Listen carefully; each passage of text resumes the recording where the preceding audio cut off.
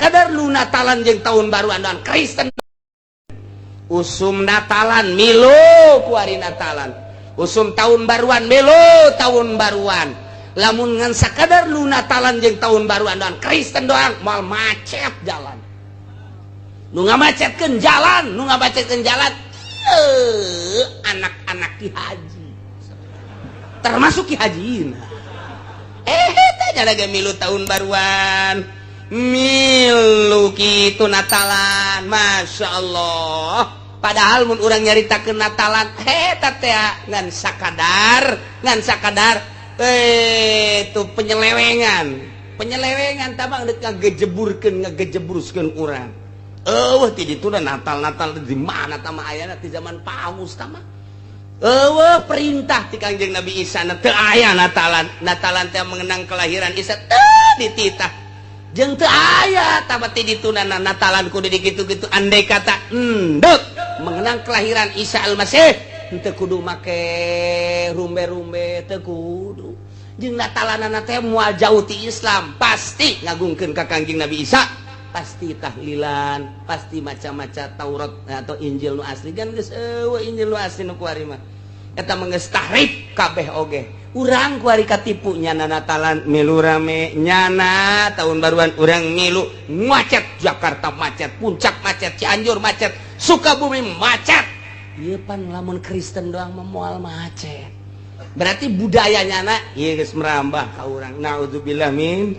zalik wa min zalik nah iyalah kudu dipikirkan kurang nu geus bebeja ka kula kuari nu geus bebeja ka kula yeuh anu leungit pamajikanana nu geus 3 poe nu leungit anakna nu saminggu anu geus leungit pamajikanana ieu mah nu leungit anak mah geus loba jasa tamat nu leungit pamajikanana ieu sekitar urang sekitar Balaraja sekitar Cigaraksa Cikupa Pasar Kemis kemeta kecamatan-kecamatan Tangerang Barat lah ieu nu geus leungit pamajikanana beneran lain lalagaan ndek mana iya teh pasti untuk tahun baruan geus dibokingnya nembereun ku Korea ku bule ya Allah ku lagi milu prihatin ditanya ku salakina anu boga anak sabaraha anu boga anak 2 anu boga anak 3 anu geus boga anak aya nu geus lila cenah rumah tangga ngan teu boga-boga anak laleungit coba ieu ke gira-gira beres tahun baru maruncul deui periksa coba papalangkakan anak gua coba ngagedean tang teh coba Masya Allah baheula mah urang ngadenge tahun baru ngadenge Natalan teh di kota ku ari maka urang ieu kakarakos kikieu kok tahun berikutna sesuai jeung Kangjeng Nabi mamin zamani illa badu sarun beki goreng beki cilaka urang mah ku ari geus karolot masih kene bisa menikmati ayat-ayat wallahu alam kahareupna zaman anak jeung incu urang Masya Allah geus hararese lain lalagaan ieu mah zaman urang baheula keur leutik TV ngan saukur make aki aki geus hese teu bisa nonton TV kabelah dieuna geus make eta naon gara colokan kuari mah TV dibawa geus make 3G geus make BlackBerry kuari geus aya sistem anyar deui wah geus sagala rupa canggih kuari mah nges kadugalan kagorengan dibawa terus setiap saat ke kamar mandi di jalan di mobil dan lain sebagainya mopo ka Gusti Allah ieu keur carita zaman urang aya keneh urang isu pageto anak jeung incu urang mun eueuh kiai nu teger engke di kumaha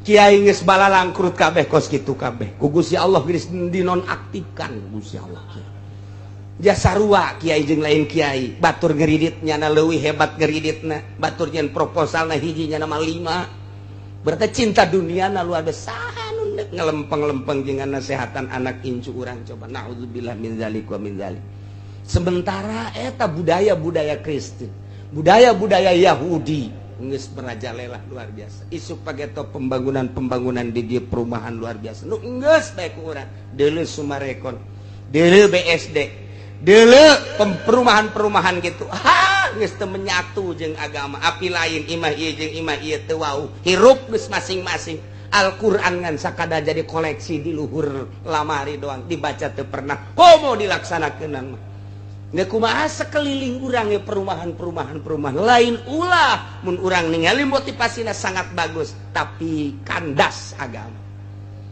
Pemerintah geus teu bisa dipercaya ku urang, teu bisa dipercaya di bidang agama. Deuk mana aja pemerintah ge ancul-anculan kos gitu atuh.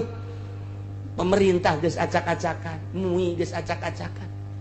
Kuari geus kanyahoan aya sababaraha perusahaan anu make barang haram. MUI make label halal haram, halal haram, halal kene. Geus sabaraha coba. Tapi kok teu dilaksanakeun. Di samping eta deui aya nu lain perusahaan-perusahaan gede, perusahaan-perusahaan semacam perusahaan baso, semacam perusahaan-perusahaan ukos kara itu ieu teh aya campuran-campuran barang haram. Ketika didatangan mah kadinya nyana nyaritakeun halal, padahal make barang-barang anu haram. Ieu teh geus lain lalagahan di urang. Henteu kumaha gebak kaharepna ieu. Ieu geus carita teori. Iwati urang muntayang ka Gusti Allah.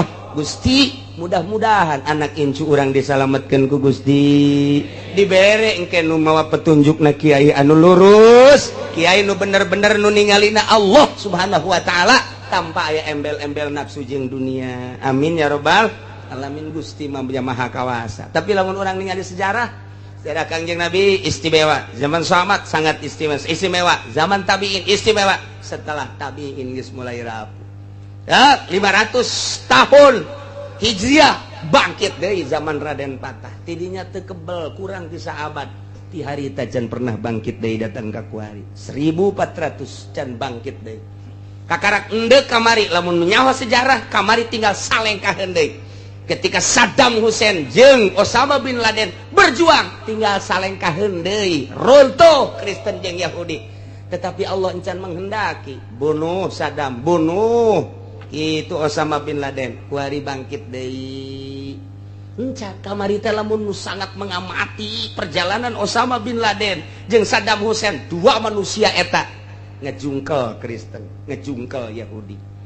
Di urang teh kurang lantaran informasi dati ditu teh dikaburkeun. Teu meunang urang mencintai itu. Teu meunang urang teh terus mengikuti, teu meunang lantaran urang bertekuk lutut ke Amerika. Nah, kuari geus encan, kuari keur bujurna raramena kuari teh. Urang mah teu paham ieu teh perseteruan antara Palestina jeung Israel, teu paham Syria, teu paham Mesir. Henteu paham, nu paham teh ngan saukur kikituan mah horeng di jero mah keur main anu dahsyat luar biasa. Mentak geus, urang kuari mah ngadoa bae andai kata Gusti eta memperjuangkeun agama kitu bae. Nyuhunkeun dipuntayangan ku Gusti, nyuhunkeun dibere kakuatan ku Gusti. Iwati kitu. Lamun di jerona lain kenakalan agama, maknya orok di berondong drat, naon salahna? Maknya ibu-ibu di berondong drat, naon salahna? Naon kasalahanana? Di Irak maknya atuh perang kos kitu ded masyarakat kabeh. Ieu agama lantaran boga sejarah. Moal kaluar ti 10 negara sejarah. Sejarah Islam dunia moal kaluar ti 10. 10 begitu diamati teh. 1 Syria, nomor kedua Mesir, nomor ketiga Baghdad, Irak, nomor keempat Iran, nomor kelima Turki, nomor kagenepna Yordan, nomor ketujuh Yaman, nomor ke-8 kitu Palestina, ke-9 Israel, terakhir ieu Mekah jeung Madinah. 10 negara. Tiangan coba ge ditafsir-tafsir hanya 10 negara. Urang carita Kangjeng Nabi Adam di ditu. Carita Kangjeng Nabi Idris daerah ditu. Carita Kangjeng Nabi Nuh di ditu. Carita Kangjeng Nabi Ibrahim di ditu. Oh, kacaritakeun sugan aya hiji nabi lahir di Cangkareng, aya lain nu kamari. Cangkareng. Aya mah isin ngadengeun nabi lahir di Cangkareng. Masya Allah, Masya Allah. Aya berak ngaranna teh ya Allah, teu pantes jasa. Tugimin. Ingat ka MZ pisan da MZ.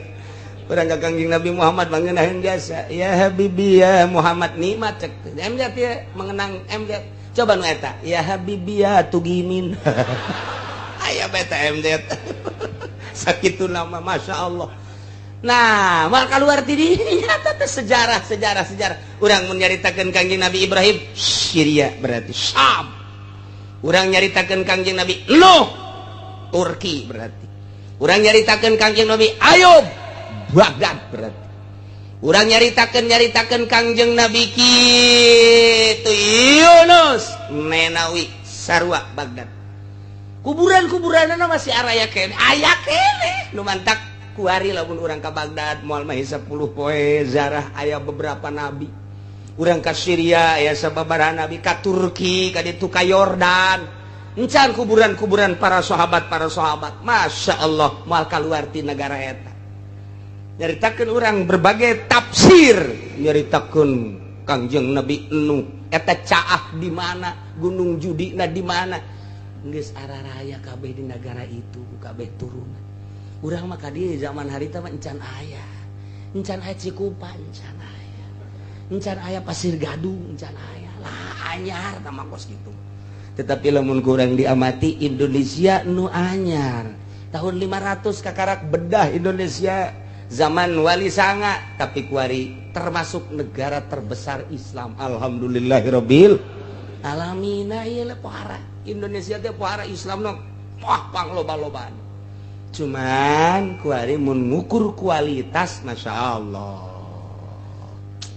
ngan tetep bae urang mah mun tayang jaaya baheula pejuangna para wali Allah janyana mah pan teu maot mantak begitu Muhammadiyah ngaharamkeun ziarah bangkit bangsa Indonesia ka orok-orok hayang darah menang saha eta mun lain menang Allah moal bisa wah beh zararah penting mah zarah beh salat gitu timbal pagede-gede oh masalah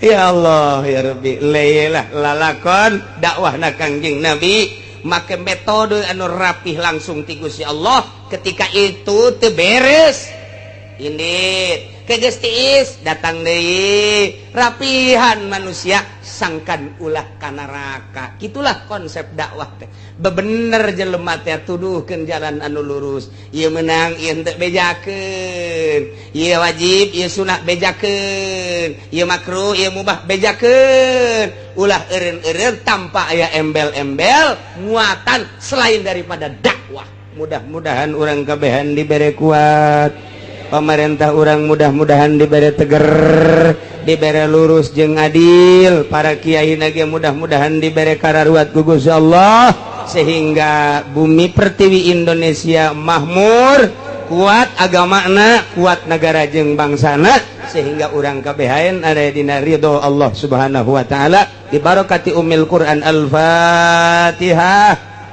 Bismillahirrahmanirrahim. Alhamdulillahirabbil alamin. Arrahmanirrahim. Maliki yaumiddin. Iyyaka na'budu wa iyyaka nasta'in. Ihdinas siratal mustaqim. Siratal ladzina an'amta 'alaihim ghairil maghdubi 'alaihim waladdallin. Allahumma shalli wa sallim ala sayyidina Muhammadin fil awwalin wal akhirin wa barik wa sallim wa radiyallahu ta'ala an sadatina ashabi sayyidina Rasulillah ajma'in. Min ya Allah ya rabbal alamin. Allahumma ihdinas siratal mustaqim. Allahumma ihdinas siratal mustaqim.